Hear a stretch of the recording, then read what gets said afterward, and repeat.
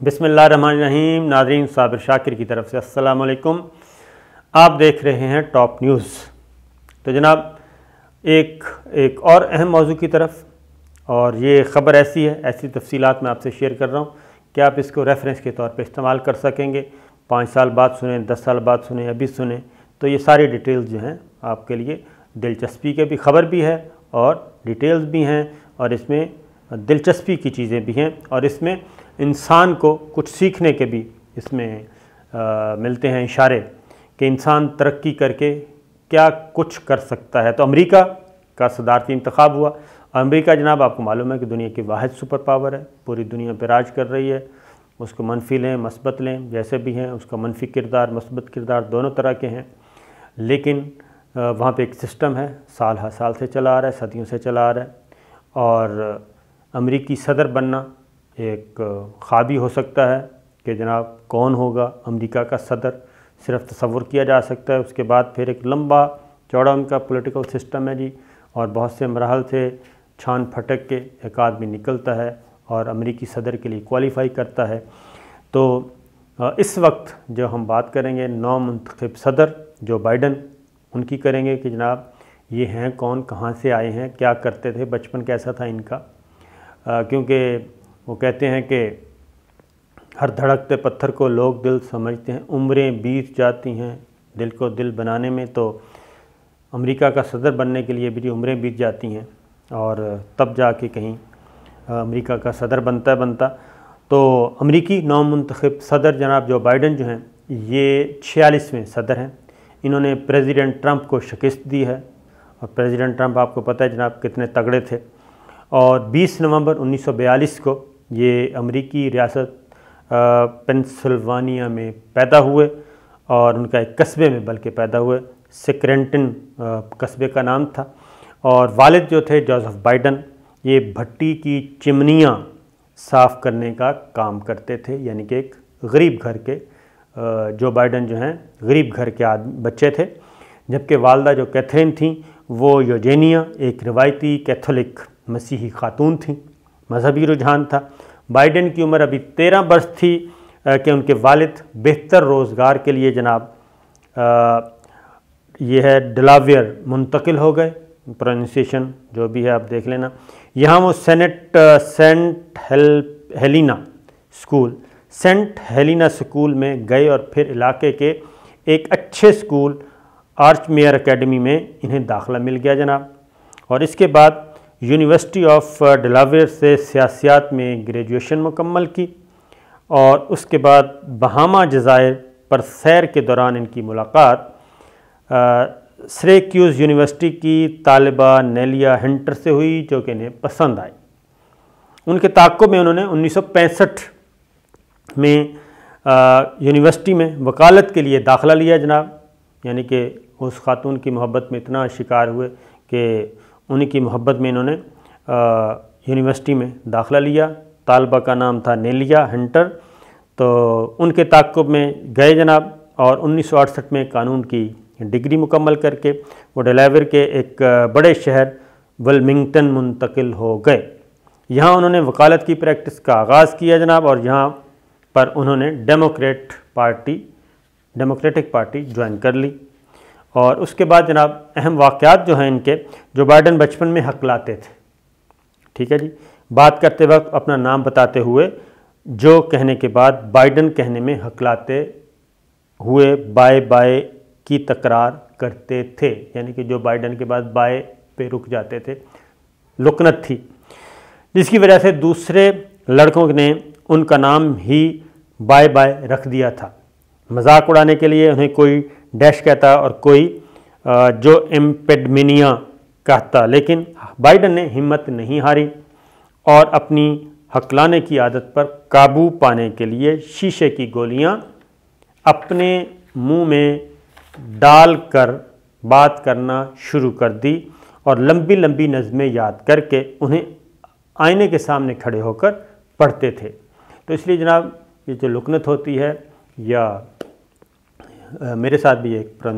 Pronunciation کا مسئلہ ہے، تلفظ کا، تو یہ کوئی بہت بڑی اس میں کیا کہنا چاہیے، کوئی ہینڈی کیپ نہیں ہوتا۔ میں پنجابی ہوں، اردو ہوں، ظاہر ہے میں امریکی ریاستوں کے اور مغربی ریاستوں کے نام یا شہروں کے نام یا قصبوں کے نام یا ان کے نام جو ہیں انگلش کے نام وہ کچھ کا کچھ، یا چائنیز، رشین، فرینچ، یہ میرے لیے میری زبان نہیں ہے، تو اس طرح میرے ساتھ بھی، اور بعض اوقات آپ ماشاءاللہ میرے ساتھ محبت بھی کرتے ہیں اور اس کی ویڈیو بھی دکھاتے رہتے ہیں، تو اسی طرح کا ہے۔ اسی طریقے سے اگر باہر سے کوئی آتے ہیں امریکہ سے، اگر کسی امریکن کو، برٹش کو، فرینچ کو، رشین کو، چائنیز کو، اسپینش کو، اگر ہمارے شہروں کے نام چیچوں کی ملیاں، چیچا وطنی، ٹنڈو والا یار، ٹھیک ہے جناب، اسی طرح کے نام، ڈونگا بونگا، یہ سارے نام اگر ان کو کہیں گے تو ان کو بھی نہیں آئیں گے۔ خیر، یہ ہے، اللہ تعالیٰ نے مجھے بھی ترقی دی ہے، اللہ کا شکر ہے۔ تو یہ جو بائیڈن کی ایک ہے جناب، نیلی ہنٹر سے جناب جو بائیڈن کی شادی 1966 میں ہو گئی، بالآخر کامیاب ہو گئے، کیونکہ انہوں نے محبت کو پانے کے لیے یونیورسٹی گئے تھے جی، اور داخلہ لیا تھا لاء کا، اور وہیں سے شادی ہو گئی۔ جو بائیڈن کی زندگی کا مشہور واقعہ یہ ہے کہ جہاں کہ ان کا رشتہ طے ہونے کے دوران نیلیا کے والدین نے پوچھا کہ کیسے کماؤ گے، مستقبل میں کیا کرو گے، تو جو بائیڈن نے برجستہ جواب دیا کہ میں امریکی صدر بنوں گا۔ یہ ان کا اس وقت کا جواب تھا، حالانکہ اس وقت وہ قانون کی ڈگری کے متوسط درجے کے طالب علم تھے۔ اس کے بعد جناب سیاسی سفر ان کا شروع ہو گیا 1968 میں، اور 1968 میں ڈیموکریٹک کا حصہ بننے کے بعد وہ 1970 میں مقامی حکومت نیوکاسل کاؤنٹی کونسل کے رکن منتخب ہو گئے۔ نیوکاسل ایک جگہ کا نام ہے جناب، یہاں کا وزٹ کیا ہوا ہے۔ 1972 میں انہیں پارٹی نے ریپبلکن پارٹی کو مضبوط امیدوار کیلب باکس کے خلاف سینٹ انتخابات کے لیے نامزد کیا، اور فیملی سمیت پارٹی کی بھرپور انتخابی مہم کے نتیجے میں غیر متوقع طور پہ وہ محض 29 سال کی عمر میں امریکہ کے 5ویں کم سن ترین سینیٹر منتخب ہو گئے، لیکن کامیابی کے فوراً بعد انہیں بڑے صدمے کا سامنا کرنا پڑا جب ان کی اہلیہ اور 1 سالہ بیٹی کرسمس کی شاپنگ کے دوران گاڑی کے حادثے میں ہلاک ہو گئیں۔ بائیڈن نے سینیٹر کا حلف بھی اپنے 2 زخمی بیٹوں کی عیادت کرتے ہوئے ہسپتال سے ہی اٹھایا، حلف ہسپتال میں لیا جناب۔ اس واقعے کے بعد اپنے 2 بیٹوں کی دیکھ بھال کے لیے 36 سال تک وہ ڈیلاویئر اور واشنگٹن کے درمیان روزانہ ٹرین کا سفر کرتے تھے، اور یہ معمول 2008 میں نائب صدر بننے کے بعد تک برقرار رہا۔ بعد ازاں وہ فیملی کے ساتھ واشنگٹن منتقل ہو گئے، اور انہوں نے دوسری شادی شعبہ تعلیم سے منسلک جل جیکب ٹریسی سے کی۔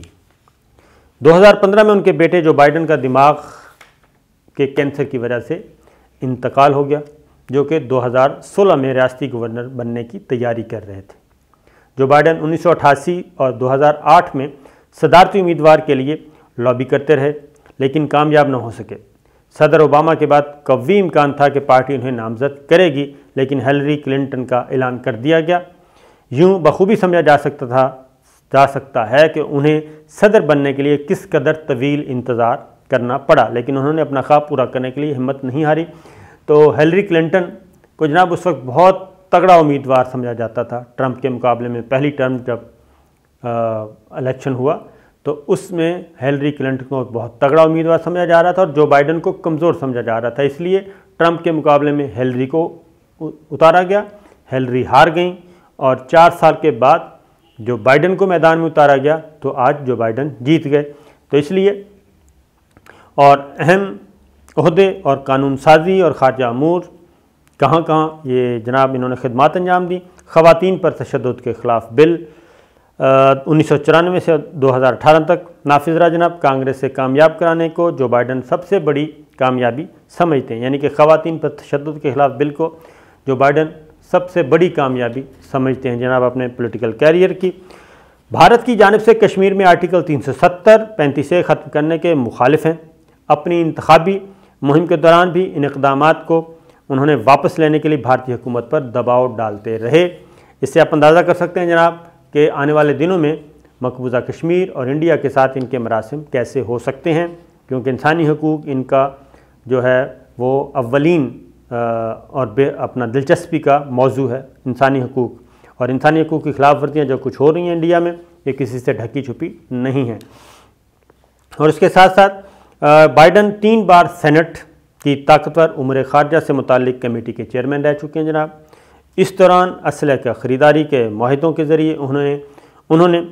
روسی ساختہ اسلحے کے بڑے خریداروں کو روس سے دور کر کے اسے کافی نقصان پہنچایا، یعنی روس کے ساتھ جو دفاعی سودے تھے ان کو منسوخ کروانے میں جو بائیڈن کا اہم کردار رہا۔ اس سے آپ اندازہ کر سکتے ہیں کہ ان کی ٹورڈز رشین کیا پالیسی ہوگی۔ سینٹ کی جوڈیشری کمیٹی کے صدر رہے، جس دوران کمیٹی نے 1987 میں قدامت پسند جج رابرٹ بورک کی بطور جج نامزدگی کو مسترد کیا تھا۔ تجزیہ کاروں کا کہنا ہے کہ اس واقعے سے باعث ریپبلکن اور ڈیموکریٹک کے درمیان اعلیٰ عدلیہ کے ججز کی تقرری کے معاملے پر اختلافات کی خلیج بڑھی اور ایک طویل عرصے تک وہ جناب یہ چلتا رہا سلسلہ۔ پھر دوسرے ملکوں میں فوجی کارروائیاں اور اسرائیل فلسطینی تنازع پر دوہرا معیار۔ افغانستان سے امریکی فوجیوں کا انخلاء کرنا چاہتے ہیں جناب۔ 1994 میں بوزنیا، 2003 میں عراق اور 2011 میں لیبیا میں امریکی اور نیٹو کی فوجی کارروائیوں کی حمایت کی جو بائیڈن نے، جبکہ 1991 میں خلیجی جنگ میں مداخلت کے خلاف رہے، اور ٹرمپ کی ڈیل آف سینچری کے جزوی مخالف ہیں، کیونکہ یروشلم میں امریکی سفارت خانے کے قیام سے پہلے خطے کے 2 ریاستی حل کے حامی ہیں، لیکن صدر بننے کے لیے اسرائیل کی حمایت کیسے کی اس کے تذکرہ پھر سے۔ لیکن دیکھیں جی بات یہاں پہ پھر وہی بات آ جاتی ہے کہ اس کی اسرائیل کے بارے میں جو پالیسی ہے اور جو ٹرمپ انتظامیہ کا جو پلان تھا یہ اس کے مخالف ہیں، اور یہ 2 ریاستی حل کے حامی ہیں، یعنی کہ پہلے فلسطین اور اسرائیل فلسطینی ریاست کا قیام، اور اسے دنیا تسلیم کرے، اسرائیل تسلیم کرے، اور اس کے بعد پھر اگلا کام، اور اس لیے اور یروشلم میں امریکی سفارت خانے کے قیام سے پہلے یہ اس کے بھی خلاف ہیں جو کہ ٹرمپ نے کیا، یروشلم میں اپنا سفارت خانہ کھولا۔ صدارتی مہم کے دوران انہوں نے کیا کیا جناب؟ انہوں نے بہت خوبی سے